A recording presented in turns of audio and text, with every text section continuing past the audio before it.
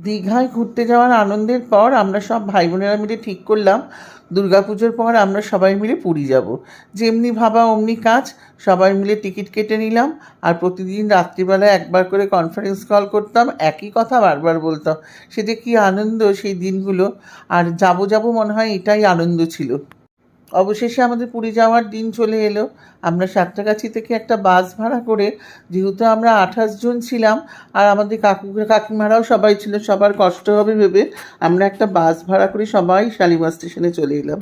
শালিমার থেকে ট্রেন ধরার পর রাতে আমরা ভোরবেলা চলে এলাম পুরী স্টেশনে। বেশ অনেকটা ভোরেই চলে এসেছি, সবার খুব আনন্দ মনে।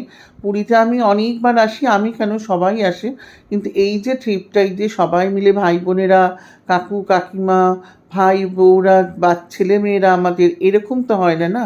এটা ভীষণ আনন্দের ছিল। হোটেলে কদিন একসাথে সবাই থাকা, খাওয়া, ঘোরা, নন্দনকানন, কোনারক, কত জায়গায় ঘোরা। তবে হ্যাঁ, আমার না এবার একটু ঘোরাটা একটু অসুবিধা হয়ে গেছিলো, আমি তাই সব জায়গায় ঘুরতে পারিনি। তবে হ্যাঁ, আড্ডা মেরেছি, প্রচুর লঙ্কার চপ খেয়েছি, অনেক আনন্দ করেছি, আর কেনাকাটা তো আমাদের সঙ্গে আছেই। এইভাবে 3টে দিন আনন্দে খুব কেটে গেল। অবশেষে চলে এলো আমাদের বাড়ি ফেরার পালা। তা আমরা সবাই এখনও ওয়েটিং রুমে দাঁড়িয়ে আছি যে এবার আমরা সবাই বাড়ি ফিরছি।